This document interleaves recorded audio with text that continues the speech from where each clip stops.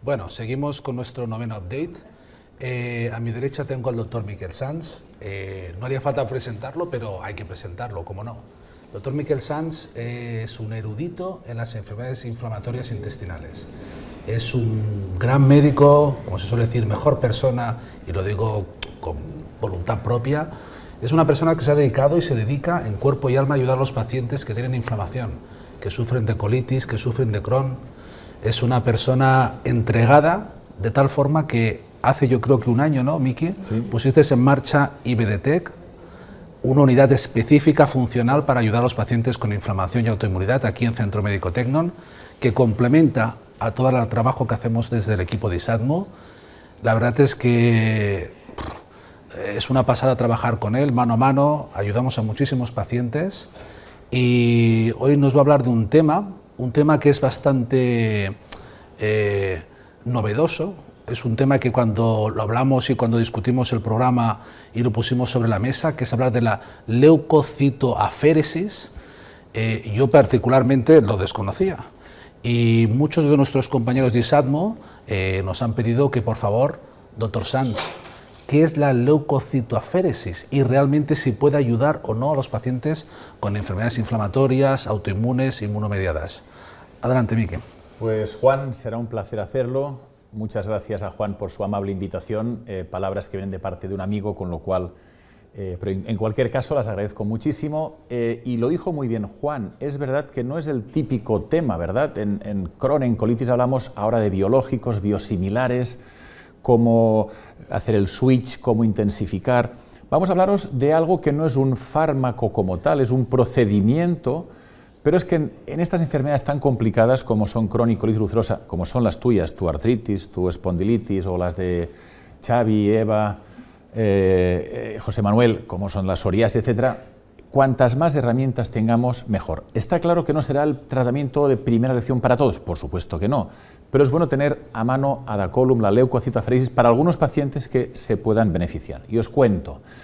Lo primero, efectivamente, responder a esta pregunta, ¿qué es la leucocitoaféresis? Que el nombre comercial es Adacolum. Pues algo muy sencillo. Aféresis es sacar sangre del cuerpo, tratar de una vena del brazo, la vamos a tratar y la vamos a devolver después de ciertos cambios. Esta columna de Adacolum contiene gran número de pequeñas bolitas, de manera que cuando la sangre pase por allí, induce modificaciones que van a ser de tipo antiinflamatorio.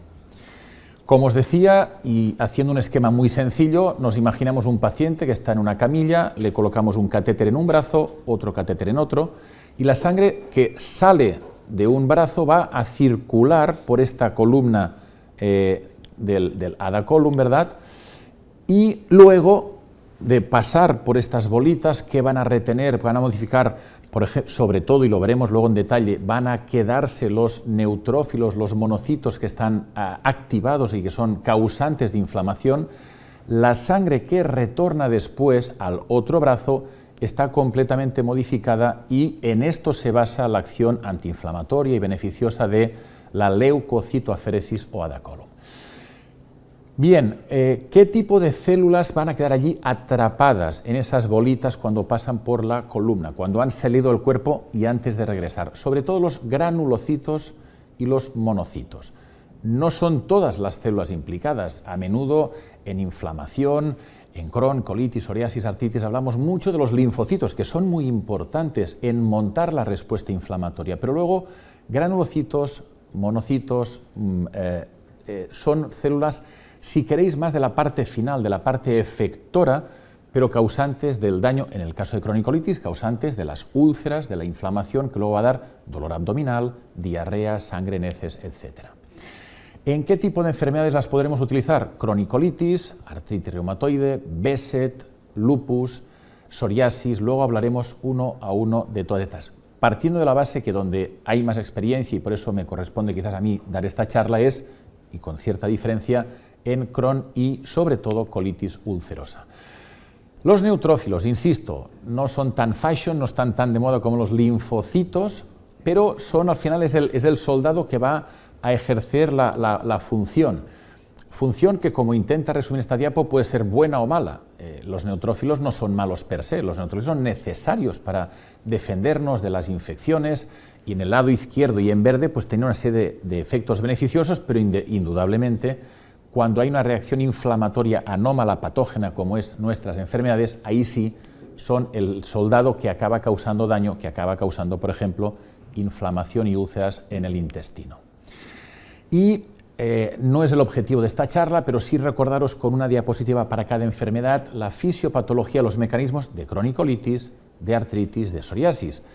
Y muy rápidamente, por supuesto que los linfocitos son muy importantes para poner en marcha la respuesta inflamatoria, pero después habrá llegada de gran cantidad de neutrófilos, de monocitos, que para aquellos que se acuerdan de lo que se ve en una biopsia de cronocolitis, una muestra de intestino y se mira al microscopio, hay gran cantidad de neutrófilos, hay lo que llamamos abscesos de cripta, que son un gran acúmulo de pus, de neutrófilos que están allí. Por tanto, quitar esos neutrófilos, esos monocitos activados, es lógico que tenga un potencial beneficioso en cronicolitis, y algo parecido, y yo no entré en detalle porque además no me la conozco como Juan, pero de nuevo, en la artritis reumatoide, en la sinovial, en las articulaciones, hay los linfocitos, por supuesto, presentación de antígenos, una cascada con muchas citoquinas, pero de nuevo allí monocitos, macrófagos, neutrófilos son los soldados, los que están al final causando daño y lesión, y algo muy parecido en las enfermedades dermatológicas, en las que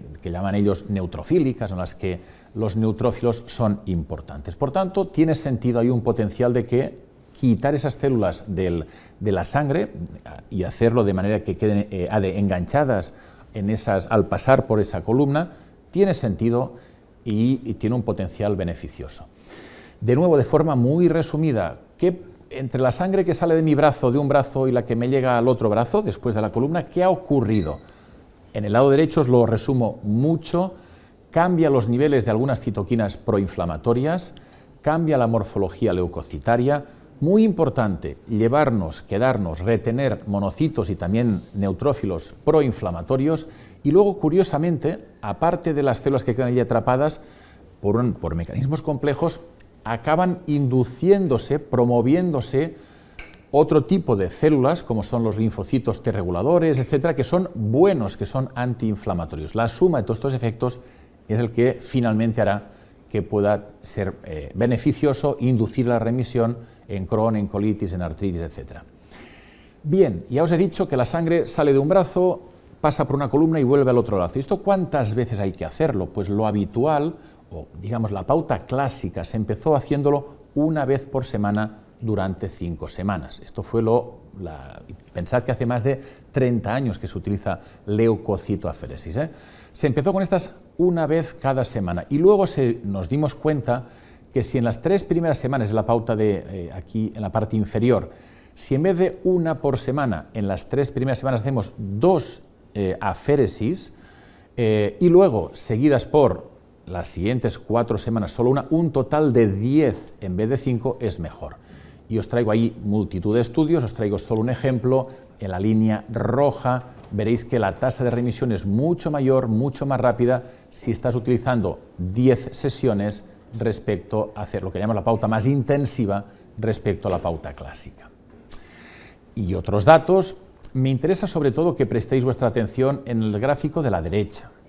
Aquí hay una serie de datos en forma de metaanálisis, pero creo que se entiende más en el gráfico de la derecha. 5 columnas que tienen unos buenos resultados, porque fijaros, estamos hablando de tasas de remisión y de respuesta que están en el 80 hasta el 100% en algunos casos, pero son mejores, son algo mejores si en vez de 5 se utilizan 10 sesiones. Y si me apuráis, si rascamos un poquito, ese beneficio lo obtenemos sobre todo en los casos difíciles. Aquí sí que es diferente, aquí sí que el 10 es mejor que 5. En los refractarios, fijaros que esta columna llega mucho más arriba, al 75, 80, 85% entre remisión y respuesta. En los difíciles sí utilizas 10 y en cambio nos quedamos más cortos si utilizamos solo 5 sesiones. Esto es para inducir la remisión, pero bueno, y luego cuando el paciente ya está bien, ya está, ya no hago más aféresis, no hago más adacolum, o debería de seguir haciendo más sesiones. Pues hay estudios, multitud, y por un tema de ahorrar tiempo os muestro solo algún dato, pero es claramente beneficioso, una vez el paciente ha entrado en remisión, mantener con una sesión cada mes, de manera que en el siguiente año pues, el paciente recibirá otras 12 sesiones. Si miráis gráfico, a la izquierda esta curva de supervivencia, los pacientes que siguen recibiendo aféresis una al mes después de estar bien, mantienen en mayor proporción la remisión respecto a los que solo toman las del principio y luego dejan de hacer aféresis. Y en el gráfico de la derecha, para diferentes conceptos, la remisión clínica es mejor si sigues haciendo aféresis, la remisión endoscópica o incluso el criterio muy exigente de remisión endoscópica completa. Siempre las barras en negro son superiores a las barras en color gris. Por tanto, útil para dormir la enfermedad, cronocolitis, útil también para mantenerla y que no reaparezca o no haya nuevos brotes. A más largo plazo, de nuevo, tenemos muchos datos de beneficio, de seguir haciendo aféresis mensuales y de nuevo este concepto de que es especialmente interesante, o hemos de tener en cuenta un poquito el perfil de paciente. Lógicamente, en los pacientes más fáciles, en esta, a ver si puedo ir atrás. No, me gustaría ir atrás y no sé cómo. Perdona, sí. Aquí, una cosa a tener en cuenta, decía, en general buenos resultados, pero lógicamente si el paciente es un paciente sencillo, es un paciente naif que prácticamente no ha recibido otros fármacos, los resultados son excelentes, y fijaros en un seguimiento de hasta 3 años. En los pacientes que tienen córticodependencia ya no lo son tanto, y los pacientes que venían de refractariedad, de enfermedad difícil de tratar, hay un porcentaje que se mantiene, pero lógicamente los resultados no son tan brillantes. ¿Es seguro o tiene riesgos la leucocitoaféresis de Adacolum? Este es el punto fuerte, el excelente perfil de seguridad. De hecho, donde va a tener un nicho y una cabida es en aquel paciente que diga yo prefiero no, o por mis creencias o por mis convicciones, prefiero no hacer un fármaco inmunosupresor o biológico, porque prefiero no hacerlo, o aquel paciente que viene de experiencia negativa de toxicidad o de efecto adverso a diferentes fármacos. Pues bien, aquí no estamos utilizando fármacos inmunosupresores, ni biológicos, ni esteroides, es una simple retirada de la sangre, procesado y regresar al cuerpo, y la tasa, el perfil de seguridad es excelente. Más allá de náuseas, dolor de cabeza, todo lo que implica la venopunción y este circuito de aféresis, insisto, no hay más manipulación farmacológica y, por tanto, si alguna ventaja tiene es la seguridad.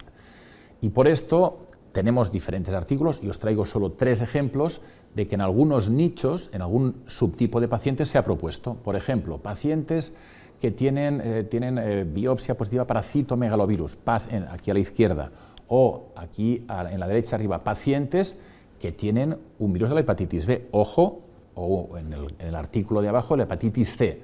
En estos casos sabemos que ha habido casos de reactivación, en algunos casos graves y hasta mortal, debido a que el fármaco que poníamos con intención de tratar cronocolitis causaba reactivación de virus B o C y esa hepatitis grave o incluso fulminante o incluso mortal o llegando a trasplante hepático, son casos raros, pero evidentemente en este escenario el que ha tenido algún tipo de experiencia de este tipo, pues puede tener sentido ir, no voy a fármaco, voy a un procedimiento que tiene eficacia y que en cambio tiene un excelente perfil de seguridad.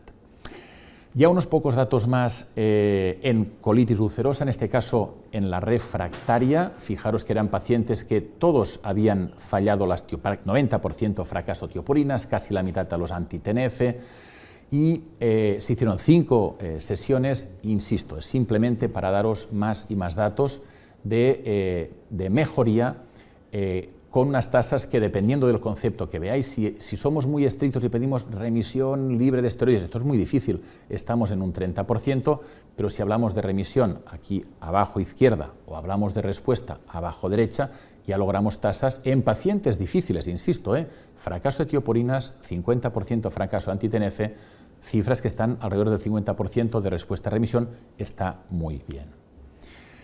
Esto no es un estudio como tal, es un registro, pero creo que es interesante que os lo muestre porque, claro, aquí se reunieron datos de 142 pacientes, seguramente de las series más amplias, que como que entonces se solían hacer entre 1 y 10, pero de por medio unas 5 sesiones, estamos cerca de 900 sesiones de aféresis. La mayoría, la indicación era por córticodependencia, y una cuarta parte por refractariedad a esteroides, y en general tenemos resultados que son, insisto, podéis ver aquí el outcome, que es más fácil de lograr, mejoría, pues hombre, es casi un 70%. Estar perfecto, perfecto, 1 de cada 3, 37%. Y además manteniendo estar perfecto, remisión y sin corticoides de forma muy buena a lo largo al cabo de 6 meses y de los 12 meses. Por tanto, en esta, que en crónico es el grupo más amplio de pacientes, resultados que están muy bien. En algún caso, fijaros que este es un concepto este es un concepto interesante. Estamos en el lado de los biológicos. Los pacientes cada vez más llevan infliximab, adalimumab, certo, vedo, tofa, etc. ¿Y qué pasa cuando y esto es un estudio que me gusta porque además es una experiencia en España, con centros españoles, todos ellos bien conocidos por todos vosotros. Pues bien, se les ocurrió a algunos pacientes que están con anti-TNF y pierden respuesta, que sabéis que esto es muy habitual. ¿Qué hacemos habitualmente? Pues les damos más dosis, intensificamos o hacemos un switch, cambiamos de fármaco. Pues en vez de ni dar más ni cambiar, no, seguir con la misma dosis, pero añadir leucocitoaféresis. O sea, este combo de sigo con mi mismo biológico que ha perdido efecto, pero a ver si rescato respuesta añadiendo leucocitoaféresis, y realmente fue así. A la izquierda son datos de síntomas, el índice de Mayo son síntomas, y veréis que al cabo de 1 mes y 6 meses mejora claramente. Y si miramos la calprotectina fecal, sabéis que es un muy buen marcador de inflamación intestinal, fijaros, de 2-3.000 baja de forma marcada también a 1 y 6 meses. Insisto, era mantener el anti-TNF que había fracasado, que había perdido efecto, simplemente añadiendo aféresis. Algunos datos, aunque es verdad que hay más experiencia en cronicolitis, y es la experiencia que yo conozco más, pero para que veáis que se han utilizado en muchas enfermedades inmunomediadas. Un paper que esto, Juan, tú los conoces muy bien, Raymond Sanmartí, Sara Marsal, tú los conocerás también a todos. Eran 4 hospitales, 27 pacientes, ¿verdad? Aquí están los datos, digamos, de los pacientes, y tú conoces mejor estos parámetros que yo, pero sin entrar en el detalle, pues mejoría en cuanto al número de articulaciones inflamadas, el descenso de la PCR, es decir, también en reuma este procedimiento tiene datos de alguna eficacia. En este caso también son casos, fíjate, 4 de artritis reumatoide, 3 de espondilitis psoriásica, un BESET. Y fijaros que la mejoría articular en este gráfico, en este círculo de la derecha, pues era del 83%. La inmensa mayoría experimentan como mínimo mejoría. Seguimos mirando otras entidades, en este caso artritis psoriásica, son series pequeñas, pero 20 pacientes, artritis psoriásica moderada grave, que había fallado biológicos y FAME, y de nuevo, sin entrar en el detalle, pero descenso en una serie de parámetros que en definitiva miden inflamación. Y si ahora me voy a la parte, digamos, no solo de reuma, sino también ya empezamos a ver casos y series en piel y de reumatología, en algunos casos son muchos artículos sueltos, pero son con 14, con 9, con un caso, un solo caso, pero al final, si todo lo juntas todo, acaba reuniendo mucha o bastante experiencia, y en general, si clasificamos las respuestas como excelente, buena, moderada o no mejora, la mayoría caen aquí. Fijaros, 13, 17 están perfecto o mejor, y solo la mejoría moderada 9, y que no mejoren son solo 5. Por tanto, experiencia muy dispersa, pero que en muy diferentes entidades, que todos tienen en común que los neutrófilos son importantes, que los monocitos son importantes, y que si retiras esas células, cambias el patrón de citoquinas, induces linfocitos supresores, bueno, pues es posible, no es posible, es un hecho que tiene un efecto positivo. Estamos ya en la parte más de dermatología, de nuevo, Ns de pacientes muchas veces es un solo caso, otras veces son 15, son 22, y en general, fijaros, responde, pues la mayor, o sí, cuando son un caso, o 16 sí, 6 no, 12 sí, 3 no. En general, si lo acumuláis, y reconozco que es muy disperso esto, y entidades diferentes, pero vamos acumulando mucha experiencia de resultado positivo en estos casos. Pioderma gangrenoso, no me alargaré. y psoriasis pustulosa palmoplantar, Behçet de nuevo, insisto, si miráis de nuevo, yendo solo a la columna que más nos interesa, ¿mejoró o no mejoró? Pues la mayoría sí, la mayoría mejoraron, algunos no, claro que evidentemente, pero insisto, también en piel, en dermatología, unos cuantos casos de mejoría. Ya, pues si os leéis las siglas de cada una de las enfermedades, ¿verdad? En enfermedad de estilo del adulto, en síndrome de Sweet, en fin, enfermedades que yo tendría que preguntarle a Xavi en qué consisten, porque ya no me acuerdo del MIR, pero que en todas estas, un caso, pues respuesta a todas estas entidades utilizando leucocitoaféresis.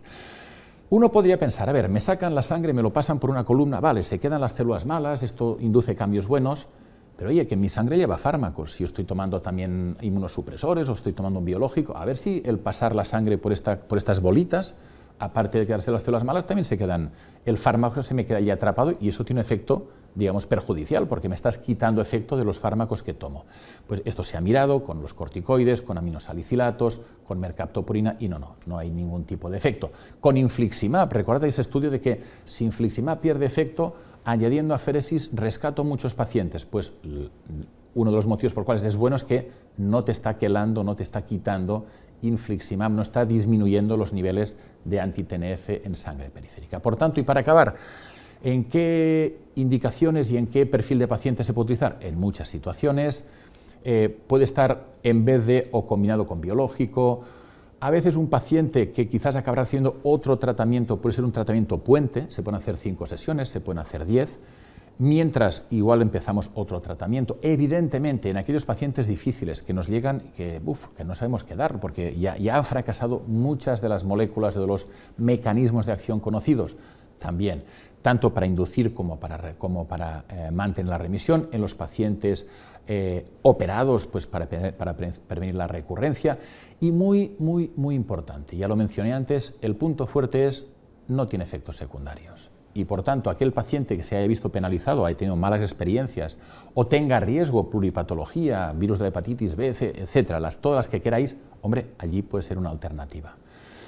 En definitiva, creo que, y esta es la conclusión, que son más de 30 años, sobre todo en cronicolitis, pero fijaros si os he enseñado ejemplos en diferentes entidades, en que puede ser útil, sobre todo, y me repito, en el paciente frágil, en el paciente que tiene alto riesgo de toxicidad o que ya viene de experiencias negativas de toxicidad.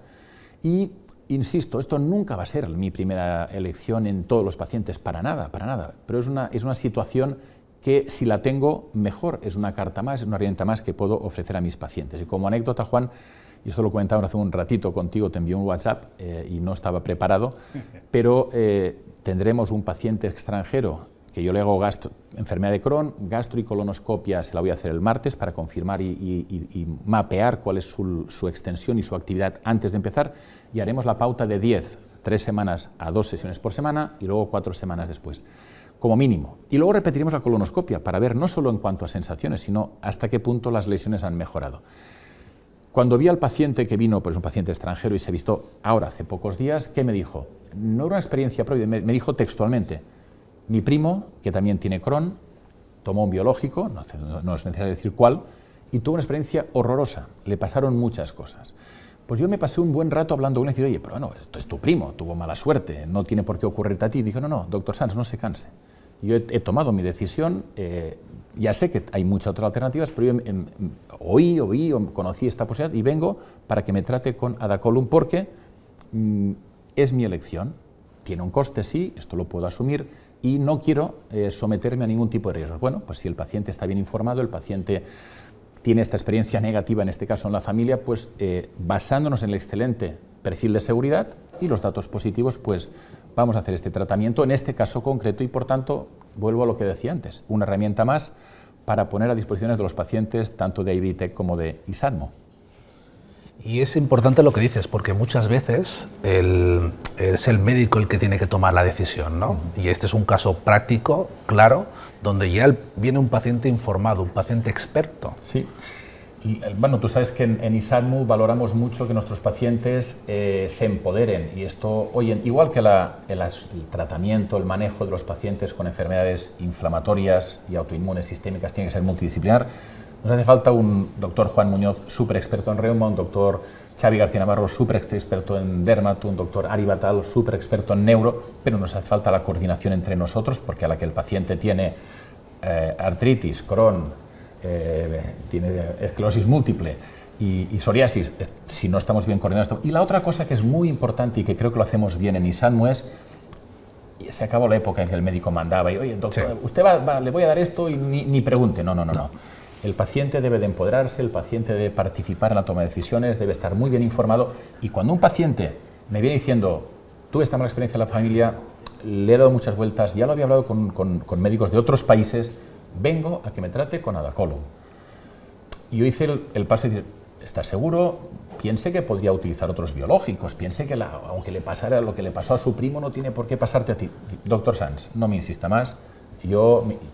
En este caso, un paciente bien informado, pues me parece perfecto que se empodere y que participe en la toma de decisiones. Sí. Tenemos un par de preguntas, Ernesto. Yo creo que lo hemos hablado, ¿no? Porque el perfil ideal. Dices, este paciente de primeras, oiga, usted... Perfil ideal yo creo que es el paciente frágil, como decía aquí en la segundo punto de la conclusión, ¿verdad? Que hoy en día son muchos, los pacientes cada vez tienen más años, los pacientes les han ocurrido más cosas, los pacientes pueden tener enfermedades desde cardiopatía o insuficiencia cardíaca, desmineralizantes, infecciones crónicas, el que tiene virus B, C, etc. Hay muchas situaciones, ¿eh? O sea, el frágil y en el que a la hora de escoger entre muchísimas cosas, qué suerte que tenemos ahora tantos fármacos, ¿verdad? Pero cuando el aspecto seguridad sea muy importante, esta va a ser una opción. Dos, el que ya ha probado las demás cosas.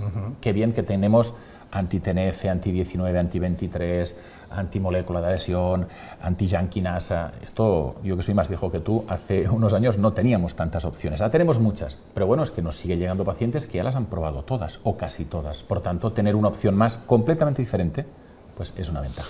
Nos preguntan, por ejemplo, ¿no? Que dice, si no he entendido mal, Javier, ¿es en las fases iniciales donde realmente puede tener buena eficacia y poca toxicidad? Poca toxicidad en todas las fases, porque insisto, te sacan la sangre, pasa por una columna y te la devuelven. Ahí no hay cortisona, ahí no hay inmunosupresor clásico, no es una tiopurina, no es un anti-TNF, etc. Buen perfil de seguridad, poco riesgo en todos los momentos. Evidentemente, en el paciente naïf, en el paciente sencillo, los resultados son mejores, pero también te digo una cosa. En el paciente sencillo, todo es mejor. La mesalazina da mejor resultado, los esteroides también. O sea, en cualquier fármaco, cuando tú te miras los que son sencillitos o los que llevan más y mucho más tiempo de evolución o vienen de más fracasos a fármacos, cuanto más evolucionada la enfermedad, más difícil. He mostrado alguna diapo de que incluso en las fases bastante avanzadas o muy avanzadas, evidentemente que no responde el 100%, pero un 30, un 40, un 50% de respuesta de remisión es muy alto, y por tanto... cuanto menos evolucionada, más números de ir bien. Pero aunque esté en una fase media o incluso avanzada, no todos, pero una parte de los pacientes se van a rescatar con eso. Y una última pregunta para acabar. Me ha llamado la atención que muchos de los estudios y de los trabajos son de Japón, ¿no? Parecen autores japoneses. Sí, ¿Esto a qué se debe? Bueno, porque Adacolum, ahora es Adasite, pero en su momento fue Otsuka. Otsuka es una empresa japonesa y realmente la experiencia allí es... Y insisto, os he mostrado solo 4 pinceladas, pero ahí, no te exagero, hay centenares de estudios y hay algunos en Italia, españoles, etcétera. Hay mucha experiencia en España también. Yo creo que no hay ningún hospital en España que no haya utilizado Adacolum en casos seleccionados. Pero nos ganan de mucho los japoneses porque la empresa era suya, la tenían allí y tuvieron antes conocimiento de esta técnica. Hay disponibilidad. Claro. Pues fantástico, doctor Sanz, nos quedamos con ese mensaje, ¿no? Una opción más diferente, un paciente frágil o empoderado, con capacidad de decisión y que incluso igual se ha conectado y ha buscado en ChatGPT a ver qué le aconseja, ¿no? Claro, cada vez, tú lo sabes, cada vez los pacientes, y nos gusta que sea así, los pacientes tienen que saber el porqué de las cosas y cuando un paciente viene informado y ha hecho una elección, sea la que sea, no tenemos más que acompañarlo. Fantástico. Pues seguimos con el curso. Gracias, doctor Sanz.